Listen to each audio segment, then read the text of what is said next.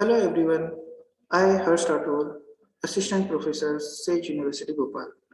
Today I am going to discuss with you on course Quantitative Aptitude and Logical Reasoning. These are the content, introduction, how do we start learning quantitative aptitude and topics. Introduction. Quantitative aptitude develop the arithmetic and numerical ability, problem solving skills and mathematical skills.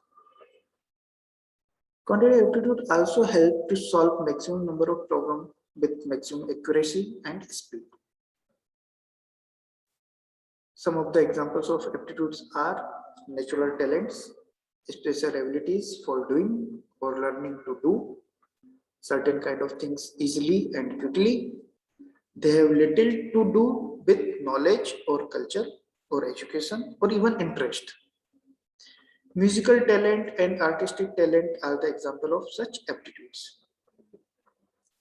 Why we need quantitative aptitude?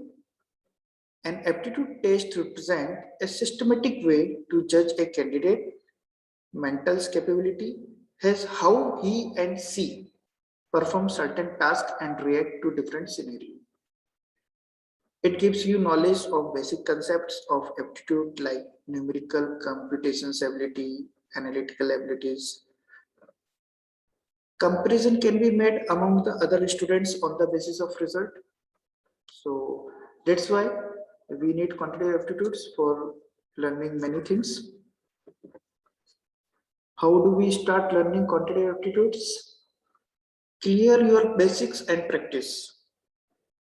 They are just two things you need to do to practice quantitative aptitude questions, understand the basics and practice questions. Try to understand the fundamentals of the topic. Learn all the basic formulas and try to clear your concepts. Then practice a few solved examples. After opting all these 4 steps, we are able to start learning quantitative aptitude. These are the topics we are going to cover under quantitative aptitudes and logical reasonings.